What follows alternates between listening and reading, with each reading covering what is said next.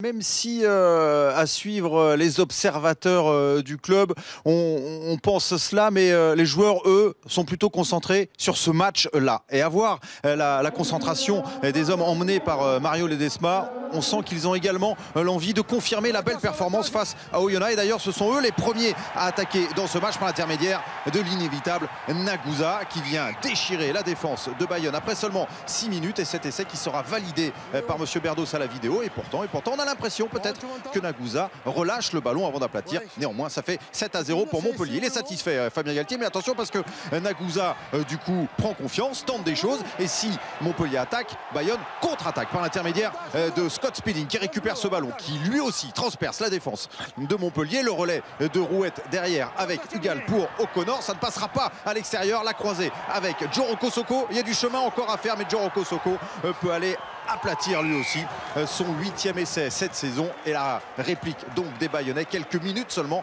après, avec au départ la gourmandise peut-être de Nagusa et puis surtout le joli travail d'O'Connor, la croisée avec Djoroko Soko et Djoroko Soko, la feinte de Chistera pour aller planter la défense de Montpellier et ramener les deux équipes à 7 partout. C'est un match fou.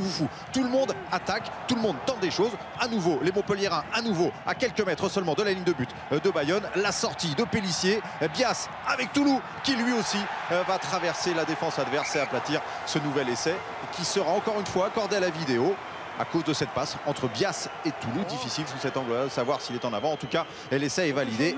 Et voici Montpellier qui reprend la main 14-7. Christophe Dello est un petit peu déçu. Pendant ce temps, Nagusa, lui, dès qu'il a 5 minutes, il profite pour s'installer tranquillement sur ce terrain, assis en tailleur. Les Bayonnais, eux, continuent de tenter des choses avec Rouet qui récupère ce ballon sur cette touche.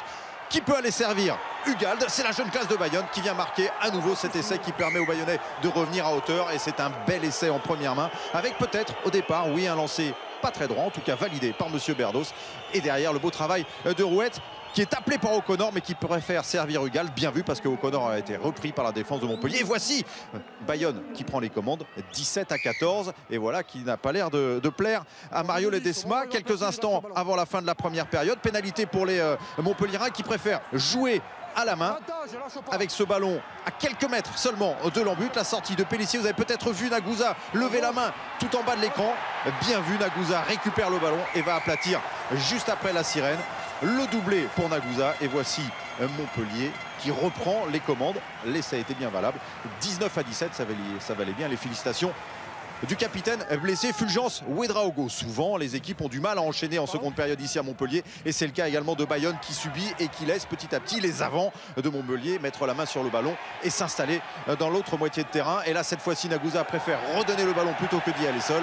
Il donne à Gorgodze, aidé par Tchaliwachou, qui va aller jusque de l'autre côté de la ligne. Et sous les yeux de M. Berdos, aplatir cet essai qui permet aux Montpelliérains de reprendre largement les commandes et de mener 26-17. L'erreur des Bayonnais qui auraient pu faire tomber Gorgodze, qui ont plutôt essayé de lui arracher le ballon. Surtout que Montpellier domine maintenant devant. Il y a de nombreuses mêlées qui sont sanctionnées côté Bayonnais à l'image de celle-ci. Et du coup, les Montpelliérains à chaque fois reprennent la mêlée. Au fur et à mesure, cela commence à agacer M. Berdos. Vous avez vu le bras levé de M. Berdos, le ballon dans les pieds de Toulou. Une nouvelle faute de Bayonne et c'est l'essai de pénalité à la 64e minute de jeu qui permet aux Montpelliérains d'avoir le bonus offensif. Et quand ça ne veut pas sourire, ça ne sourit pas. Même pour les Bayonnais, l'une de leurs rares incursions dans la moitié de terrain adverse. Ballon non contrôlé, poussé du pied par Bérard qui peut le récupérer avec un joli geste. Personne à gauche, personne à droite. Alors il va prendre le temps de lever la tête. Regardez, et personne est rentré quelques minutes auparavant. Il va pouvoir allonger sa passe pour Nagusa. Plus personne pour l'arrêter. C'est le triplé de l'ailier fidjien qui permet à son équipe de mener 36-20 alors que l'on vient de dépasser l'heure de jeu. Avec peut-être un en avant de passe. Regardez, il est à 2 mètres de la ligne des 22 et personne. Et au moment où il récupère le ballon, Nagusa, il est bien à 5 mètres. Il semblait bien qu'il y ait en avant. En tout cas, c'en est terminé. Désespoir de Bayonne, il n'y aura pas de bonus défensif quoi qu'il advienne, même si les Bayonnais vont marquer quand même un dernier essai juste après la sirène par l'intermédiaire de Faha Osso au moment où François Trinduc avait pris carton jaune. 43-27, la victoire de Montpellier. Donc le bonus offensif a été récupéré. Ça valait bien un câlin, un bonus offensif récupéré grâce au triplé de Nagusa.